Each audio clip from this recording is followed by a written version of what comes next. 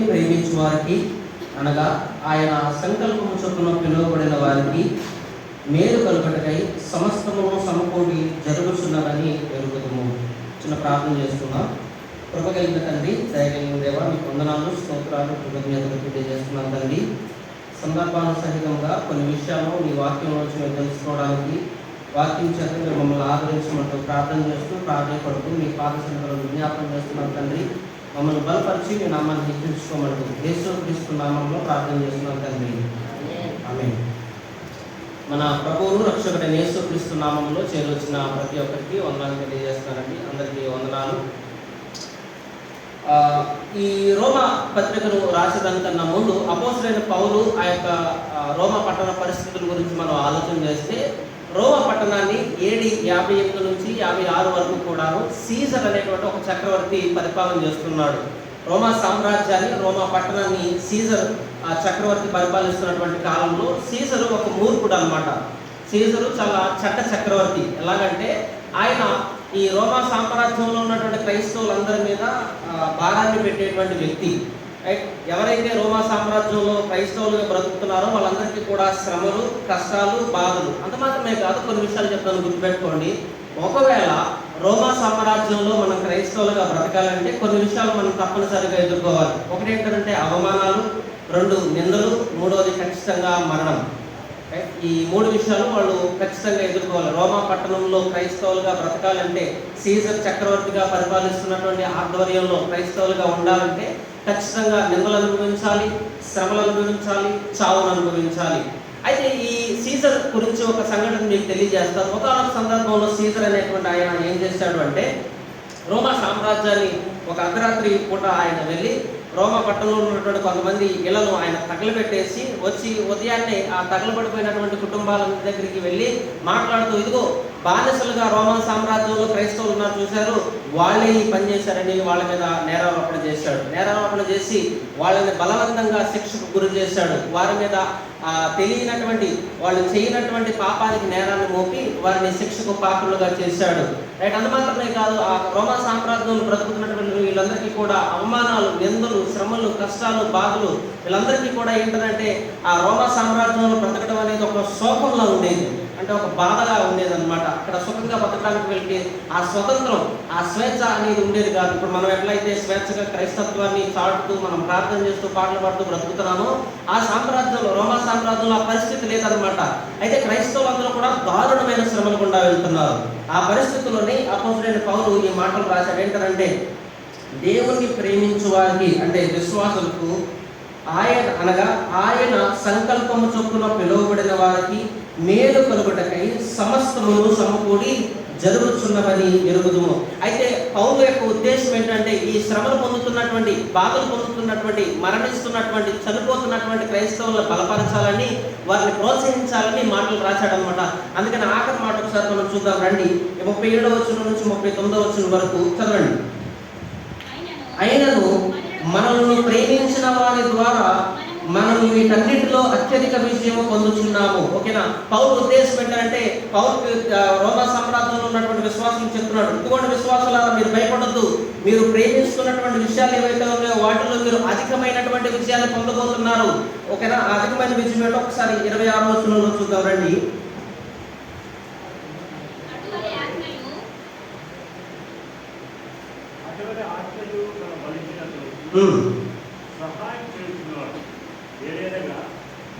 Sorry, నన్ను క్షమించండి, 18వ వచనం చదవండి.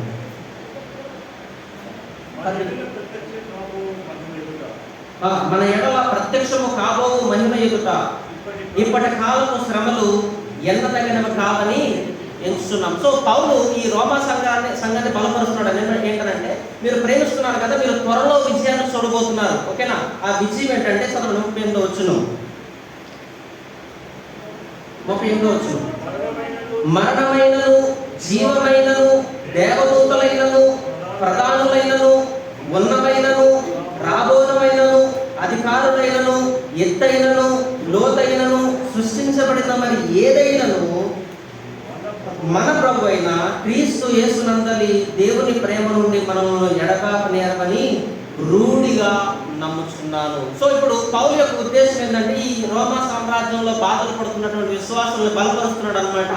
వీళ్ళలో మనకులానే చాలా మంది వాళ్ళ తల్లిదండ్రులను కోల్పోయిన వాళ్ళు ఉండొచ్చు. ఆ శ్రమల్లో, ఆ బాధల్లో, కష్టాల్లో, శిక్షని అనుభవిస్తూ బానిసలుగా బ్రతుకుతున్నటువంటి వాళ్ళలో పిల్లలు కోల్పోయిన వాళ్ళు ఉండొచ్చు, తల్లిదండ్రులు కోల్పోయిన వాళ్ళు ఉండొచ్చు, కుటుంబాన్ని కోల్పోయిన వాళ్ళు ఉండొచ్చు అనమాట.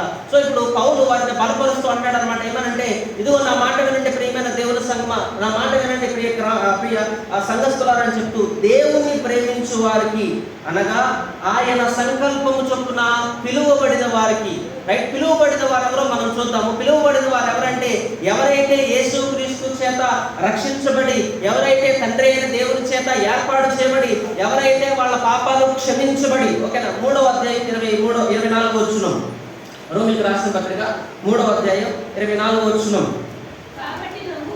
కాబట్టి నమ్మువారు ఆయన కృపచేతని క్రీస్తు యేసునందలి విమోచనము ద్వారా ఉచితముగా నీతిమంతులను తీర్చబడుతున్నారు. అంటే వినండి నా మాట జాగ్రత్తగా.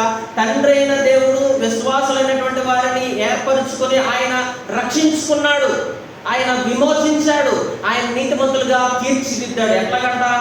ఉచితముగా, ఒక్క పైసా మనం చెల్లించకుండా ఆయన మనల్ని రక్షించుకున్నాడు కేవలం విశ్వాసం ఉంచడం ద్వారా. అంత మాత్రమే కాదు, ఆయన ఏం చేశాడంటే 5వ అధ్యాయం 1వ వచనం చదవండి. ఆయన మనల్ని ఏ విధంగా ఏర్పాటు చేసుకున్నాడు అంటే, కాబట్టి విశ్వాస మూలమున మనము నీతిమంతులుగా తీర్చబడి మన ప్రభు అయిన యేసుక్రీస్తు ద్వారా దేవునితో సమాధానము కలిగి ఉందుము. వినండి ప్రియమైన దేవుని సంగమా, పాపులమైనటువంటి మనము, అవిధేయులుగా బ్రతుకుతున్నటువంటి మనల్ని తండ్రి అయిన దేవుడు ఈ భూలోకంలో మనల్ని రక్షించడానికి ప్రభు అయిన యేసుక్రీస్తు వారిని లోకానికి పంపించి, తండ్రి అయిన దేవుడికి మనుషులకి మధ్య ఉన్నటువంటి ఆ శత్రుత్వాన్ని ఆయన తీసివేసి, ఆ యొక్క విరోధ భావాన్ని, ఆ యొక్క వ్యతిరేకతను ఆయన తీసేసి ఆయన మనల్ని సమాధానపరిచాడు. సో యేసుక్రీస్తు మనల్ని సమాధానపరిచాడు, ఆయన మనల్ని ఏర్పాటు చేసుకున్నాడు, ఆయన మనల్ని పిలుచుకున్నాడు. అంత మాత్రమే కాదు, ఇంకొక విషయం చెప్పమంటారా? 8వ అధ్యాయం 15వ వచనం కూడా చదవండి. ఏలయనగా మరలా భయపడుటకు మీరు దాస్యపు ఆత్మను పొందుకోలేదు కానీ దత్తపుత్రాత్మను పొందుతుంది. ఆ ఆత్మ కలిగిన వారమై మనము అబ్బా తండ్రి అని మొరపెట్టుచున్నాము. సో ఆయన మనల్ని ఏం చేశాడంటే, పాపులుగా ఉన్నటువంటి మనల్ని, అవిధేయులుగా బ్రతుకుతున్నటువంటి మనల్ని ఆయన తన రక్తం చేత కడిగి మనల్ని విమోచించి మనల్ని రక్షించుకొని ఆయన మనల్ని దత్త కుమారులుగా ఆయన స్వీకరించాడు, ఆయన అంగీకరించాడు. ఒక మాట చెప్తున్నాను వినండి. యేసుక్రీస్తు మనల్ని ఆయన రక్షించడానికి కానీ, తండ్రి అయిన దేవుడు మనల్ని దత్తపుత్రులుగా పుత్రికలుగా మనల్ని చేర్చుకోవడానికి మన దగ్గర ఏ యోగ్యత లేదు, మన దగ్గర ఏ మనిషి లేదు. మనమందరం కూడా అవిధేయులం, మనమందరం కూడా పాపులము, మనమందరం దేవుడికి శత్రువులము. అయినప్పటికీ కూడాను ఆయన మహాప్రేమ చేత మనల్ని ఏర్పరచుకొని, మనల్ని పిలుచుకొని, మనల్ని రక్షించి, మనల్ని సమాధానపరిచి, మనల్ని తన కుమారుడిగా స్వీకరించాడు. ఎందుకంటే మనల్ని ఆయన ఏర్పాటు చేసుకున్నాడు కాబట్టి. ఏమండి, ఇంకొక మాట చెప్పమంటారా? ఈ శ్రమంలోనూ, బాధల్లోనూ, కష్టాల్లోనూ బహుశా నిన్న సాయంత్రం మీకు ఈ మాట తెలిసిన తర్వాత బహుశా ప్రార్థన రాలేదేమో, దేవుడే మీకోసం ప్రార్థన చేశాడు మీ కన్యల నుంచి. చూద్దాం ఆ మాట ఒకసారి. 26వ వచనాన్ని చదవండి. అటువలే ఆత్మయు మన బలహీనతను చూచి సహాయం చేయుచున్నాడు. ఏలయనగా మనము యుక్తముగా ఎలాగూ ప్రార్థన చేయవలనో మనకు తెలియదు కానీ ఉచ్చరింప సఖ్యము కాని మూలుగులతో ఆ ఆత్మే మన పక్షమున విజ్ఞాపన చేయుచున్నాడు. మరియు మన హృదయములను పరిశోధించువాడు ఆత్మ యొక్క మనసు ఏదో ఎరుగును. ఎలయనగా ఆయన దేవుని చిత్త ప్రకారం పరిశుద్ధుల కొరకు విజ్ఞాపన చేయుచున్నాడు. యేసుక్రీస్తు మనల్ని ప్రేమించాడు, అందుకనే ఆయన పరిశుద్ధాత్మ దేవుని ఈ లోకానికి పంపించి మనల్ని ఆదరణకర్తగా ఉంచి, కుమారుడైనటువంటి యేసుక్రీస్తు తండ్రి కుడిపార్శ్వన కూర్చుని నీ గురించి, నా గురించి ఆయన విజ్ఞాపన ప్రార్థన చేస్తున్నాడు. ఏం చేస్తున్నాడండి? విజ్ఞాపన ప్రార్థన చేస్తున్నాడు మన కోసము, మన బాధల్లో. ఇది చదువుకున్నారు ఏంటంటే, ఉచ్చరింప సఖ్యము కానీ మూలుగుల చేత మనం బాధపడుతున్నప్పుడు. వినండి ప్రేమ దేవుని సంగమా, కొన్నిసార్లు మన మాటల ద్వారా కన్నా మన కన్నీటిని దేవుడు అర్థం చేసుకుంటాడు. రైట్, మన బాధను దేవుడు అర్థం చేసుకుంటాడు, మన మూలుగును దేవుడు అర్థం చేసుకుంటాడు, మన శ్రమను ఆయన అర్థం చేసుకుంటాడు, మన కష్టాన్ని ఆయన అర్థం చేసుకుంటాడు. ఆయన మనల్ని అర్థం చేసుకుని మన కోసం ప్రార్థన చేసి మన కోసం విజ్ఞాపన చేసే దేవుడుగా ఉన్నాడు. ఎంత గొప్ప దేవుడు మనకి ఈ భూలోకంలో ఎక్కడా దొరకడండి. ఇంత గొప్ప దేవుడు మనకి ఈ భూలోకంలో ఎక్కడ కూడా దొరకడు. అందుకనే చెప్తున్నాడు కదా, ఏమంటే దేవుణ్ణి ప్రేమించు వారికి, అనగా ఆయన సంకల్పము చొప్పున పిలువబడిన మనందరికీ, విశ్వాసమైనటువంటి మనందరినీ కూడా ఆయన ప్రేమిస్తున్నాడు, ఆయన పిలుచుకున్నాడు, ఆయన ఏర్పాటు చేస్తాడు మనల్ని. అందుకనే ఆయన మన జీవితాన్ని ఇంకా కొనసాగిస్తూ ఉన్నాడు. మన జీవితంలో ఎన్ని కష్టాలు వచ్చినా, ఎన్ని బాధలు వచ్చినా, ఎన్ని శ్రమలు వచ్చినా, ఎన్ని ఉపద్రవాలు వచ్చినా, వినండి, మన శ్రమలకు, మన కష్టాలకు, మన బాధలకు ఒకానొక రోజున మనం ఈ భూలోకంలో ముగింపు చెప్పి రాబోతున్నటువంటి మహిమలు మనం ఎదుర్కోవాల్సిన వారిగా ఉన్నాం. ఇప్పుడు ప్రస్తుత శ్రమలతో పోల్చుకుంటే రాబోతున్నటువంటి మహిమ గొప్పది. బహుశా ప్రస్తుత పరిస్థితులు కష్టంగా ఉండొచ్చు, ప్రస్తుత పరిస్థితులు ఇబ్బందికరంగా ఉండొచ్చు, ప్రస్తుత పరిస్థితులు బాధాకరంగా ఉండొచ్చు. కానీ ఒక మాట చెప్తున్నాను వినండి, దేవుడు మనల్ని అయినప్పటికీ ప్రేమిస్తానే ఉన్నాడు, అయినప్పటికీ ఆయన కృప చూపిస్తానే ఉన్నాడు. మనం ప్రార్థన చేయలేకపోయినప్పటికీ ఆయన మన పక్షాన ఆయన ప్రార్థన చేస్తున్నాడు. ఆయన మనల్ని ప్రేమించాడు, ఏర్పాటు చేసుకున్నాడు. తర్వాత మాట కూడా చదువుతాం, మేలు కలుగుటకై సమస్తమును సమకూడి జరుగుతున్నది. రైట్, ఒక విషయాన్ని చెప్తున్నాను, గుర్తుపెట్టుకోండి ప్రేమ దేవుని సంగమా. మన జీవితంలో ప్రతి పరిస్థితి కూడాను దేవుడు ఒకటి తన మహిమ కోసం, రెండు మన మంచి కోసం చేస్తాడు. నమ్మిన వారు ఆమె చెప్తారా? దేవుడు మన జీవితంలో ప్రతి పరిస్థితిని ఆయన మహిమ కోసం, మన మంచి కోసం చేస్తాడు. అది ఏదైనా, కొన్నిసార్లు అది మనకు అర్థం కాకపోవచ్చు, కొన్నిసార్లు ఆ ఇబ్బందులు మనకు తెలియకపోవచ్చు, కొన్నిసార్లు ఏంటి శోకం, ఏంటి బాధ, ఏంటి ఇబ్బందులు మనం అనుకోవచ్చు. రెండు ఉదాహరణలు మీ ముందు చూపిస్తాను చూడండి. ఒకటి, హెరోద్ గారు మనందరికీ తెలిసినటువంటి వ్యక్తి. తనకు మొదటిగా కొడుకు పుట్టినప్పుడు శారీరక సంవత్సరంన్నర వాళ్ళ కుటుంబంతో ఉండి చనిపోయినప్పుడు కుటుంబం దుఃఖసారంలో ఉంది, బాధను అనుభవించింది, శ్రమను అనుభవించింది, శోకాన్ని అనుభవించింది.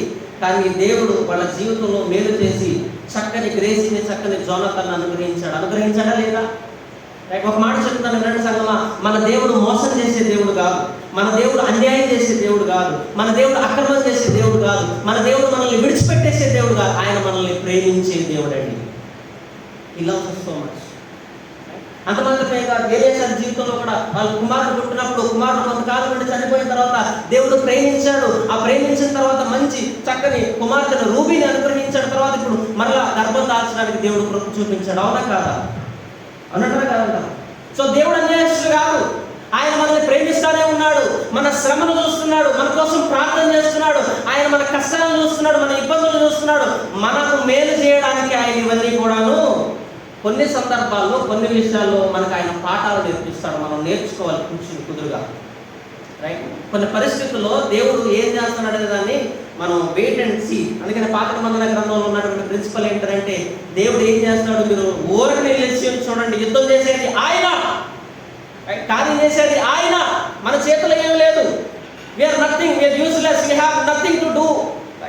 ఆయనే సమస్తాన్ని పైనుంచి జరిగించేది, ఆయనే సమస్తాన్ని జరిపించేది, ఆయన చేతిలోనే సమస్తం ఉంది. రైట్, ఆయన చేసేది ప్రతిదీ కూడా మంచిదే, ఆయన చేసేది ప్రతిదీ కూడా మేలే, ఎందుకంటే ఆయన మనల్ని ప్రేమిస్తున్నాడు. అందుకని అన్నాడు ఏమనంటే, మేలు కలుగుటకై సమస్తమును సమకూడి జరుగుతున్నవని ఎరుగుదుము. మనకు మేలు చేయడానికి దేవుడు కొన్ని పరిస్థితులను తీసుకొస్తాడు. రైట్, మనకు మేలు చేయడానికి దేవుడు కొన్ని పరిస్థితులను తీసుకొస్తాడు. సో ఆయన మనల్ని ప్రేమిస్తున్నాడు. ఇంకొక మాట చెప్పండి, అది ఎందుకని ఈ శ్రమలు, ఎందుకని ఈ కష్టాలు, ఎందుకని ఈ బాధలు మనకి ఈ భూలోకంలో అంటే 29వ వచనంలో ఆన్సర్ చూడండి. ఎందుకని ఈ శ్రమలు, ఎందుకని ఈ కష్టాలు అంటే, ఎందుకనగా తన కుమారుడు అనేక సహోదరులు జ్యేష్ఠుడగునట్లు దేవుడు ఎవరిని ముందుగా ఎరిగెనో వారు తన కుమారులతో స్వారూప్యము గలవారగుటకు వారిని ముందుగా నిర్ణయించను. సో దేవుడు మన జీవితంలో కష్టాలను, దేవుడు మన జీవితంలో బాధలను ఎందుకు తీసుకొస్తున్నాడంటే, మొదటి కారణం ఆయన మనల్ని తన స్వరూపంలోకి మార్చుకుంటున్నాడు. ఏం చేస్తున్నాడండి? ఆయన మనల్ని తన స్వరూపంలోకి మార్చుకుంటున్నారు.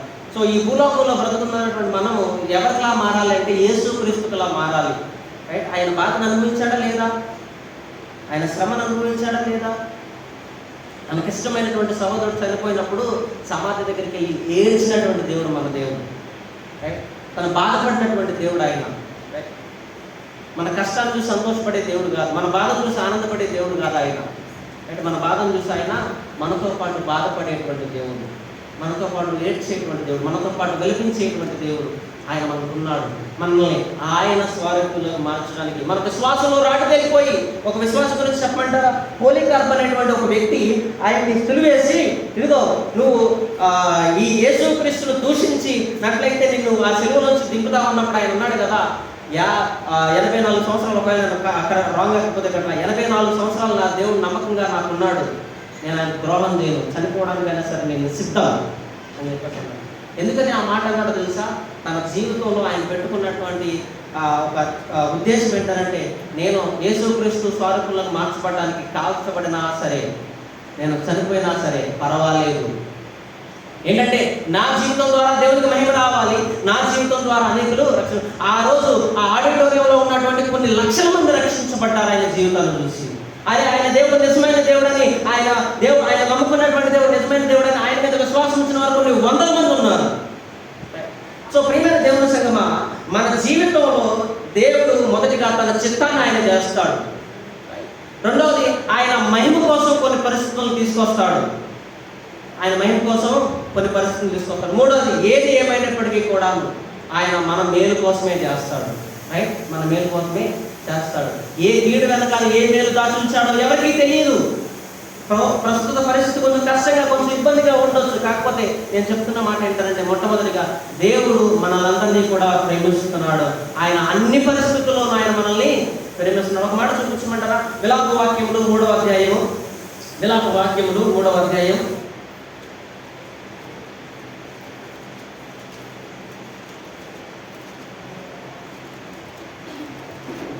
22వ వచనం.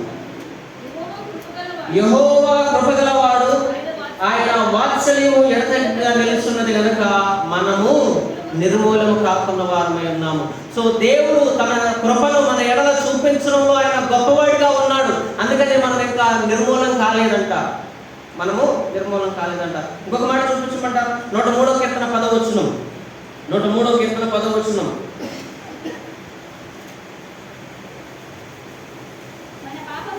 మన పాపములను బట్టి మనము ప్రతీకారము చేయలేదు, మన దోషములను బట్టి మనకు ప్రతిఫలం ఇవ్వలేదు. ఏమండి, మన పాపాన్ని బట్టి ఆయన ఒకవేళ మనకు లెక్క తీసినట్టు అనుకోండి, ఈ రోజున ఇక్కడ మనం కూర్చోవడానికి ఏ ఒక్కరూ అర్హులం కాదు, ఏ ఒక్కరు కూడాను అర్హులం కాదు. We are not qualified. ఆయన కృపగలిగిన వాడు. అందుకనే మనం ఇంకా నిరంతరం కొనసాగుతూనే ఉన్నాం, మన జీవితాలు ఇంకా పొడిగించబడుతున్నాయి. సో ఆయన మనల్ని ప్రేమిస్తున్నాడు, ఆయన మనల్ని కొనసాగిస్తున్నాడు. అందుకని ఈ ఇర్మియా భక్తుడు కూడా అంటా ఉన్నాడు ఒక మాట ఏంటంటే, చదువుకున్న మాట కిందకి వచ్చిన చదివినట్లయితే 23వ వచనం, అనుదినము నూతనముగా ఆయనకు వాత్సల్యము పుట్టుచున్నది, నీవు ఎంతైనా నమ్మదగిన వాడు. యెహోవా నా భాగమని నేను అనుకొనుచున్నాను, ఆయన యందు నేను నమ్మకించుచున్నాను. తను ఆశ్రయించు వారి ఎడల యెహోవా దయాళుడు, తను వెతుకు వారి ఎడల ఆయన దయచూపువాడు. సో ప్రియమైన దేవుని సంగమా, ఈ పరిస్థితుల్లో మనం ఆలోచించాల్సింది, అర్థం చేసుకోవాల్సింది ఏంటంటే, మొట్టమొదటిగా ప్రతిదీ కూడా దేవుని చిత్తానుసారంగా జరిగింది, మొదటి విషయం. రెండవ విషయం ఏంటంటే, మనము ఆ చిత్తాన్ని విధేయత కలిగి నేర్చుకోవాలి. రైట్. ఇంకోటి ఏంటంటే, ఆ చిత్తంలో మనకు మేలు దాగుంది, ఆ చిత్తంలో మనకి మేలు దాగుంది. మరలా చెప్తున్నాను, దేవుడు మనకు అన్యాయం చేయడండి ఏ పరిస్థితుల్లో కూడా. దేవుడు ఎప్పుడు కూడా ఏ పరిస్థితుల్లో కూడా మనకు ఆయన అన్యాయం చేసే దేవుడు, ఆయన మోసం చేసే దేవుడు కాదు. ఆయన మనల్ని ప్రేమిస్తున్నాడు. ఇంకొక ఆఖరికి ఏంటంటే, ఆయన మనల్ని తన స్వారూప్యంలోకి కొన్ని పరిస్థితుల ద్వారా ఆయన మారుస్తాడు, ఆయన మనల్ని మారుస్తాడు. సో మనము మన విశ్వాస జీవితాన్ని చాటాల్సినటువంటి సమయం ఇది. రైట్. అఫ్కోర్స్ బాధ ఉంది, కష్టం ఉంది, ఇబ్బంది ఉంది, కుటుంబాన్ని చూసినప్పుడు బాధ వస్తుంది, కాదంటలేదు. కాకపోతే దేవుని చిత్తం గొప్పది, దేవుని ప్రణాళిక గొప్పది. ఆయన ఖచ్చితంగా కుటుంబం కోసం మేలు దాచుంచాడు, ఖచ్చితంగా కుటుంబం కోసం మేలు దాచుంచాడు. ఈ విషయాన్ని తెలుసుకున్నటువంటి మనం ఒకరినొకరు ఆదరించుకుంటూ, ఒకరినొకరు బలపరుచుకుంటూ ఆయన రాకడ కోసం ఎదురు చూద్దాం. ఆయన ప్రస్తుత శ్రమలను ఆలోచన చేసుకుంటే ముందున్నటువంటి ఆ మహిమ ఎదుట ఈ శ్రమలన్నీ కూడా ఎన్నదగినవి కావు. సో మనం ఆయన ఆరాధించిపోతుండగా, ప్రభువా నీ చిత్తాన్ని నా జీవితంలో జరిగించండి, ప్రభువా మా కోసం ఏ మేలు దాచించారో ఆ మేలును మీరు మా జీవితంలో చేయండి. మా పరిస్థితులు ఏదైనప్పటికీ, మా జీవితంలో ఉపద్రవాలు వచ్చినా, మా జీవితంలో వ్యతిరేకత వచ్చినా, మేము మా పరిస్థితులు చక్కగా లేకపోయి మేము చనిపోతున్నా, బ్రతుకుతున్నా, అధికారులు, ప్రధానులు ఏదొచ్చినా సరే, ఏదైనా సరే మా జీవితంలో మేము విశ్వాసులుగా, రూఢిగా, నమ్మకంగా నిలబడి ఉండడానికి, నిన్ను ప్రేమించడానికి, నీ వాక్యాన్ని ప్రేమించడానికి, నీ మహిమ కోసం జీవించడానికి మాకు సహాయం దయచేయని చెప్పేసి మన జీవితాల్లో దేవునికి సంపూర్తిగా పరిపూర్ణంగా సమర్పించుకుని విశ్వాస జీవితంలో ముందుకు సాగుతాం. దేవుడి కొద్ది మాటలు మన ఇంట్లో దీవించి ఆశీర్వదించును గాక. ఆమేన్.